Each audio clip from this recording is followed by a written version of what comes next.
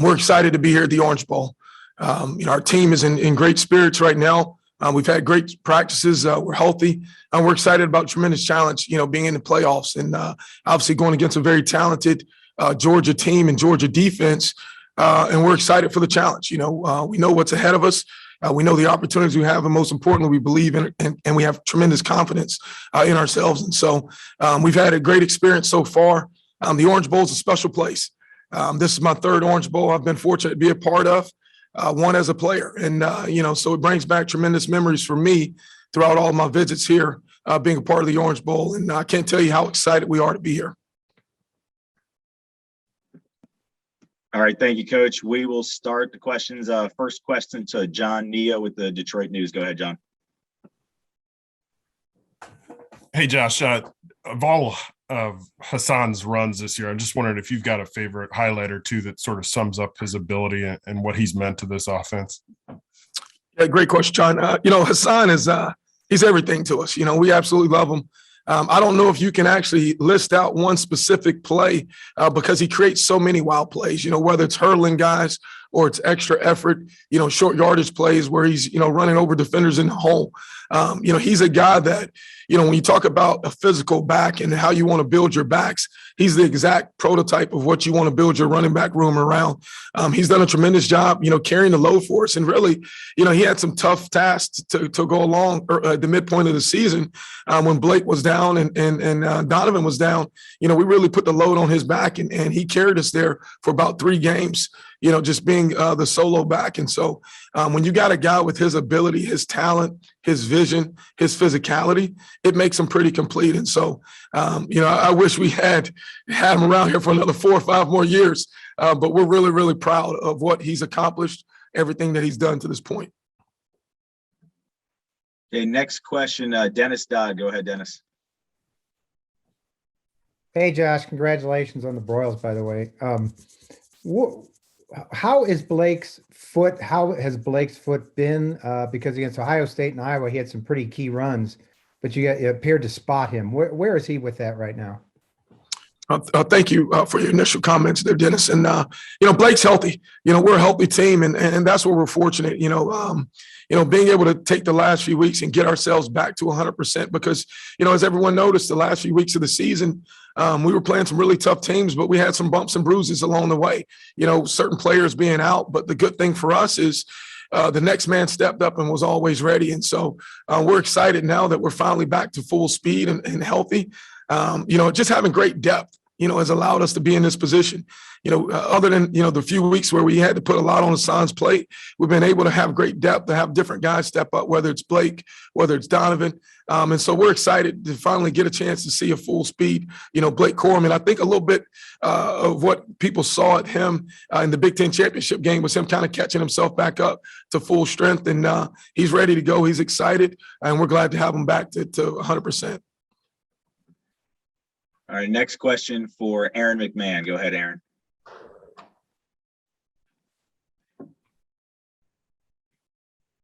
So you choked up a little bit during your speech earlier this month when you were talking about Jim Harbaugh and the relationship you had with him. Could you elaborate a little bit on that and just the confidence he's shown in you as offensive coordinator and play caller, especially after the way things went last year?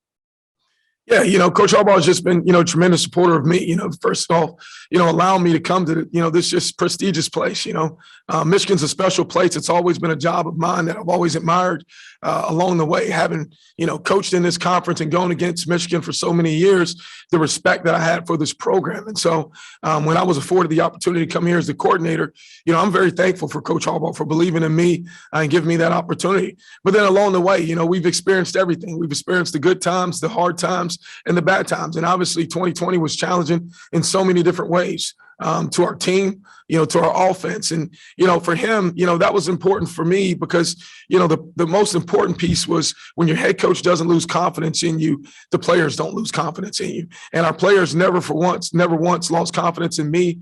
I never lost confidence in them. And we've persevered through everything. And so, we did gain some valuable lessons along the way in 2020, but I think it's built this team to be the team that we are today. Okay, next question for Ralph Russo. Go ahead, Ralph. Morning, Josh. I hate to use the word blueprint here, but Alabama finally had success. Somebody had success against Georgia. That hadn't been done all year. Is it helpful when you try to scheme against a team, or maybe just from a confidence standpoint, to actually see somebody have success against them? Or the things that you can take from that? Anything that helps when you see what Alabama did to Georgia's defense? Well, it's hard to say blueprint because if it only happens one game in a year, it's obviously didn't work too well for too many other people. But it does give you a little bit of confidence. I mean, this is there's no way around it. This is a very talented Georgia defense.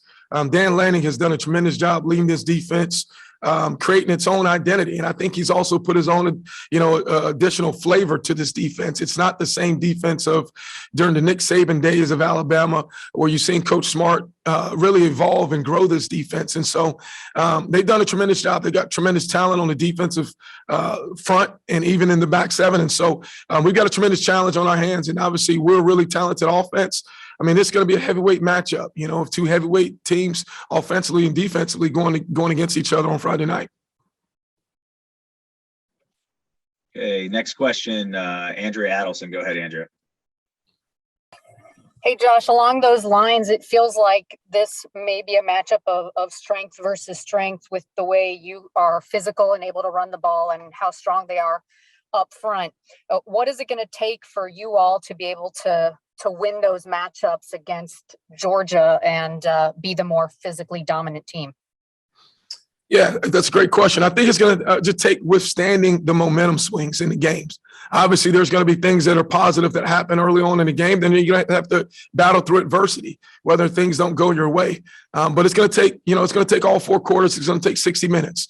As you talk about a heavyweight matchup, it's about wearing down the opponent, necessarily not necessarily going out and striking a knockout, because both teams are going to respond, early on in the game. And so for us, it's about sustaining, success, taking positive plays, obviously creating explosive plays. But even if we don't take or create explosive plays, just taking positive plays is going to be the key.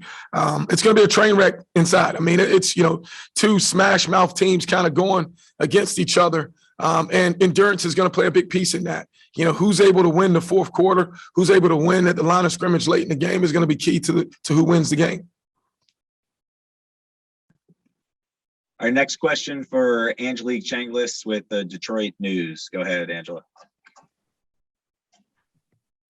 Josh, 2 quick quarterback questions, please. I was just wondering how you think JJ McCarthy has evolved this year, and also in terms of Cade, was there one game, is there a place you can pinpoint where you saw his confidence really sort of magically appear? Yeah, start with the JJ question. I think once JJ started to play calm and relaxed, I think there was a part early in the year where when he felt like he needed to go in, he had to create the wild play and he had to create the exciting play. But that's not necessarily the case. But getting him to play within the system, getting him to play calm and relaxed. And he's really grown as a quarterback. He's such a phenomenal athlete and phenomenal thrower, but he doesn't have to go in and just, throw the deep ball or create a play, but understanding that he can rely on the play calls and the players around him to create those plays. And he's done a tremendous job developing himself. And I think, for him, he can't have a better role model to look up to than Cade McNamara, because you see Cade, who's a complete quarterback. And, Cade's done a tremendous job leading our team.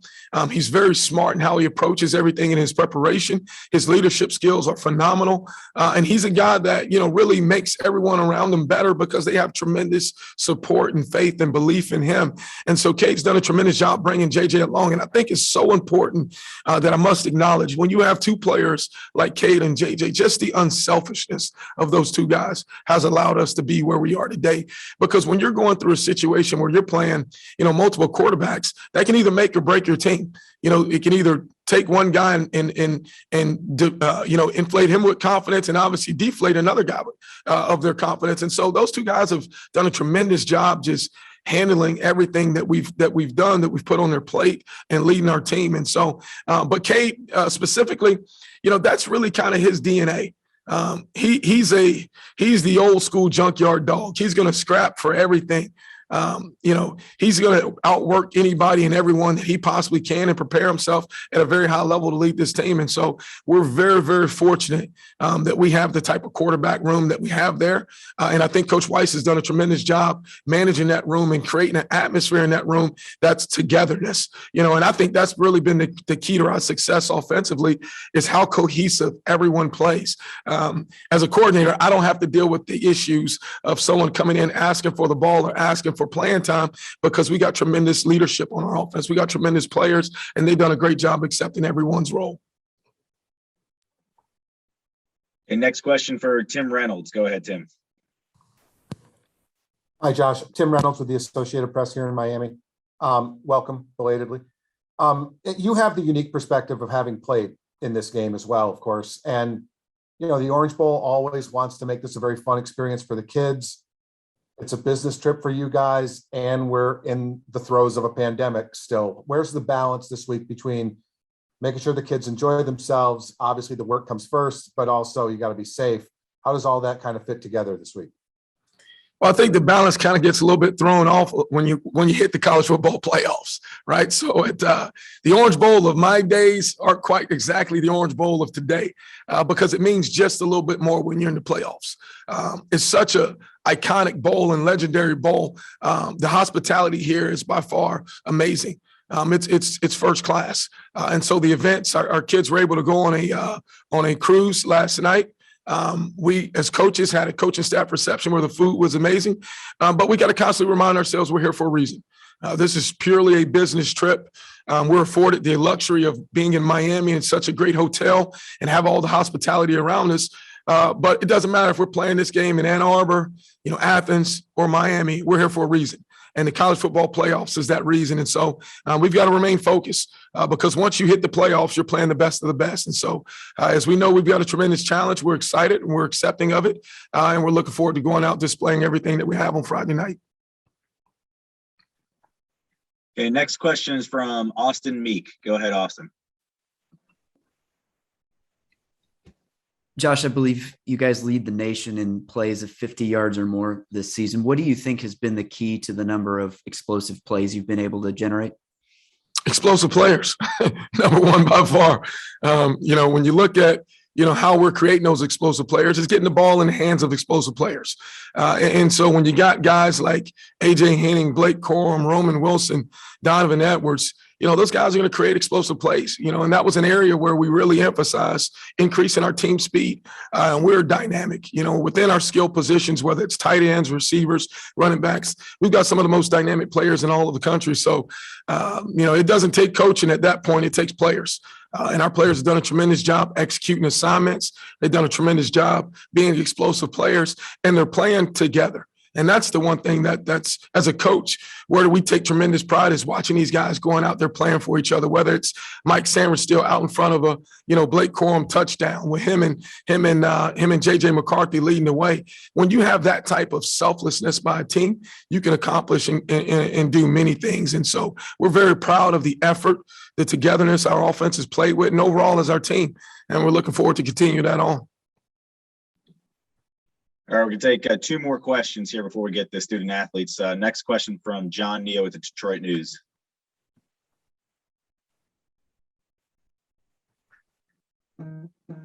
You there, John? Oh, sorry about that. Hey, Josh, I just wonder, the tight ends obviously have been more involved, but in addition to the pass catching, can you talk about Eric All's blocking ability and what that's meant for this offense? Yeah, specifically Eric, but I'll talk specifically for the group too, because they're the unsung heroes of our offense. You talk about what's the most important position in this offensive system. It's the tight ends. They allow us to do everything that we want to do. They allow us to be the physical downhill run game team. We ask those guys to go out and catch passes, but also protect for passes. And so, they're really the Swiss Army knife to get us going. And really that group is led by Eric All and Luke Schoonemaker. Both of those guys are talented players. And you're seeing Joel Honiford get out there and Carter Seltzer in the mix. But when you ask about Eric, he's a guy that tremendous talent. He's so athletic. He's got tremendous ball skills and catch radius. And he's got one of the hardest heads on the team. He'll go in there and knock you out. I mean, he will throw everything he has in there to get a block. And when you got a guy that plays with that type of physicality at the H-back position and that type of precision and route running, and he's able to create separation with his speed, he's really a dynamic threat to opposing defenses, because how do you guard him? Do you put a nickel back on him, or do you play base defense? And so when you have the type of tight end room that we have, it makes you complete as an offense. And I think Coach Jay Harbaugh has done a tremendous job just developing that room as well. Because even early on in the season, when they weren't getting all the attention or of the catches, those guys were playing selfless football. They were going out. We were asking those guys to make some tough blocking assignments in the run game, and never once did they complain about getting the ball. So it's really been pleasing to see them have success later in the year in the passing game, because they deserve it. Those guys are tremendous assets to our team and to our offense, and we couldn't be who we are without them. Our last question for Coach from Isaiah Hull. Go ahead, Isaiah. Hey, Josh. So there's been a lot of talk about momentum and things of that nature, about trying to keep momentum and having this layoff. But Cade McNamara said when you guys arrived that he's really liked what he's seen in practice to this point. What have you seen from the team in the kind of lead up? And then obviously you had a practice yesterday. How do you feel that your offense has performed so far? Yeah, I think the challenge was after we won the Big Ten championship game, if we could just bottle ourselves up and then ship ourselves to, Miami and just play the next day, then we were ready to go. And so leading up to our bowl practices, we had phenomenal practices back at campus. And then the next challenge came, okay, would we be able to carry that over with all the excitement, with all the different distractions that could potentially come, with bowl preparations down in Miami? And I'll tell you what, I was blown away yesterday. The type of urgency, the effort, seeing how fast our guys fly around. It's different for us because we're coming south. So, when you put us out here in warm weather and we're able to run around nice and fast, we look different. We're used to practicing in 30-degree, 20-degree weather right now, wrapped up in clothes. And so just having the great weather, having a great surface, the practice facility at the DNR Stadium was unbelievable. Or International Miami Stadium, I think called Dan, can't remember the exact name, but it was unbelievable. Just was a fast surface, allowed our guys to fly around and execute, playing with tremendous confidence. And so, I think the maturity of our team and the leadership of our team obviously led us to have a great season, but it's also prepared for us to have a great night on Friday. And so we couldn't be more pleased with the effort that our guys are playing with and their attention to detail.